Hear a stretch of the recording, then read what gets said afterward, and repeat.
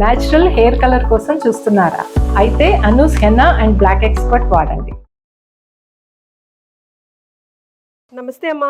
నమస్తే అమ్మా. అమ్మా, గరుడ పురాణం గురించి అంటే మామూలు అన్ని పురాణాల కల్లా గరుడ పురాణం అందరి ఇళ్లలో ఉండకూడదు, ఎప్పుడు పడితే అప్పుడు చదవకూడదు, ఇప్పుడే చదవాలి అప్పుడే చదవాలి అని అంటున్నారు. నిజంగా అలాంటి స్పెసిఫికేషన్స్ ఏమైనా ఉన్నాయా? అమ్మా, 18 పురాణాల్లో ఒకటి గరుడ పురాణం. సాక్షాత్తు గరుత్మంతుడికి నారాయణుడు చెప్పినటువంటిది.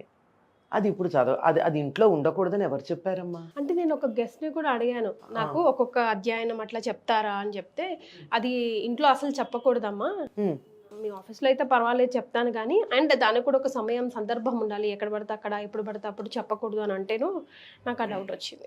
అలాంటిది ఏం లేదమ్మా. అన్ని పురాణాలతో పాటు ఇది వ్యాస మహర్షి చేత చెప్పబడినటువంటిది. అన్ని పురాణాలు ఏ రకంగా మనం వింటామో చదువుకుంటామో అంత చక్కగా గరుడ పురాణం కూడా వినొచ్చు. చాలా పవిత్రమైనటువంటిది. నారాయణుడు గరుత్మంతుడే కదమ్మా అందులో ఉన్నది. అట్లాంటప్పుడు ఎందుకు వినకూడదు? చక్కగా వినొచ్చు. అయితే అది విన్నప్పుడు ఏం జరుగుతుందంటే భయం వేస్తుంది మనకి. అందుకని భయపడతామని చెప్పి వద్దంటారు. ఏముంది అందులో? ప్రధానంగా చాలా విశేషాలు ఉన్నాయి. అందులో కొన్ని భాగాలైతే అందుబాటులో కూడా లేవు. ఒక్క కాశీలో ఎక్కడో కొన్ని ప్రాంతాల్లో మాత్రమే కొన్ని భాగాలు ఉన్నాయి, మిగిలినవి లేవు. ఎందుకంటే తేలిగ్గా చదవడానికి పురాణాలన్నీ కూడా సంక్షిప్తం చేసి చెప్తూ ఉంటారు కదమ్మా. అంటే నా పబ్బం గడవాలి మీరంటూ ఉంటారు అన్నారే.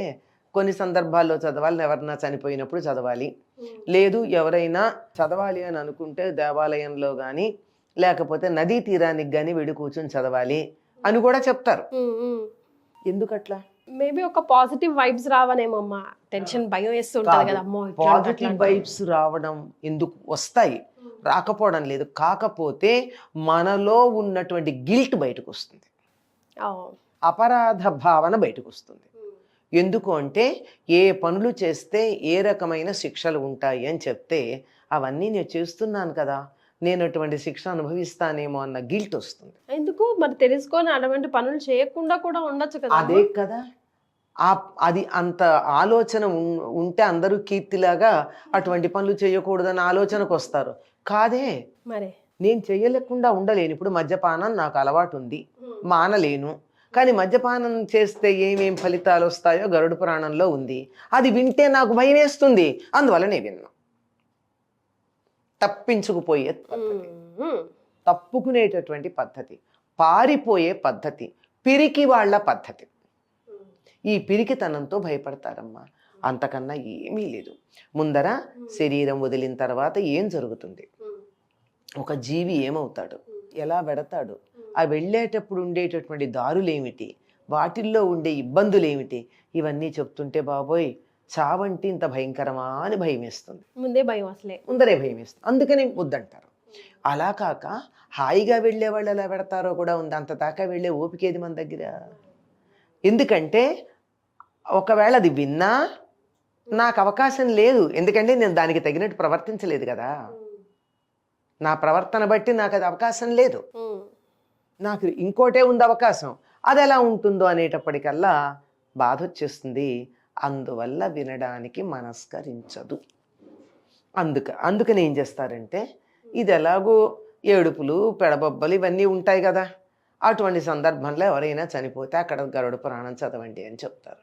ఈ 10 రోజుల్లో పూర్తవదు కదా, అందుకని అక్కడ చదివేదానికి ఏ పాపం చేసిన వాళ్ళకి ఏ శిక్షలు ఉంటాయి, ఆ శిక్ష యొక్క పద్ధతి ఏమిటి, ఆ శిక్ష ఎలా ఉంటుంది, ఇలాంటి వివరాలన్నీ చెప్తూ మనం వెళ్ళే దారి ఏమిటి, వైతరిని ఎట్లా ఉంటుంది, అసిపత్రవనం అంటే ఏమిటి, ఇట్లాంటివన్నీ ఒక్కొక్కటి చెప్పుకుంటూ వెళ్ళినప్పుడు బాధే కలుగుతుంది.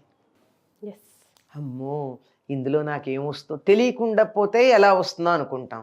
నేను చేసిన తప్పులు తెలిస్తే ఇది తప్పకుండా వస్తుంది, ఎట్లా దాటుతాం అనుకుంటాం. ఇన్ని మిలియన్స్, ట్రిలియన్స్, ట్రిలియన్స్ మెంబర్స్ ఇంతమంది ఉన్నాం కదమ్మా, అందరూ దీన్ని వెళ్ళాల్సిందేనా, అనుభవించాల్సిందేనా? ప్రతి ఒక్కరం కూడా ఇద్దరు పాజిటివ్ ఆర్ నెగిటివ్ వేస్ వెళ్ళాల్సిందే కదమ్మా.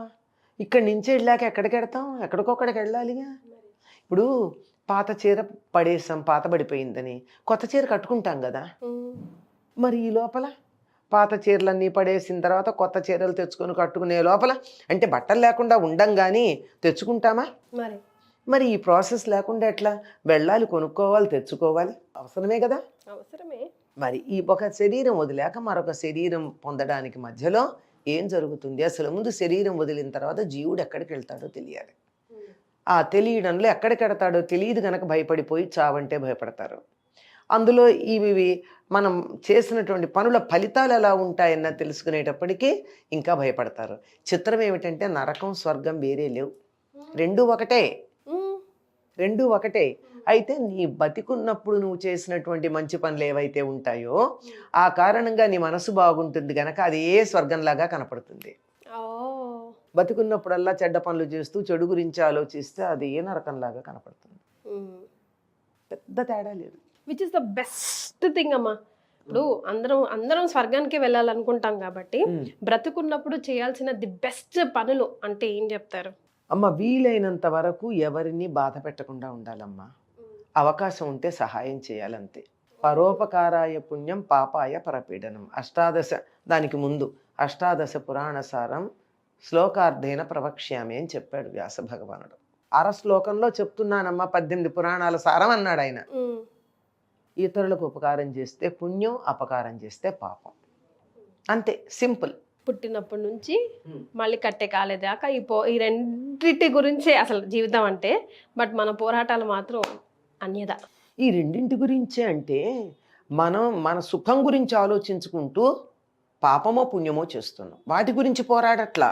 మరి మనం చేసే పనుల వల్ల ఈ రెండు మన అకౌంట్లో పడుతున్నాయి ఫ్రీగా. వెల్ సెడ్ అమ్మా. Thank you so much. ధన్యవాదాలు. నమస్తే అమ్మా.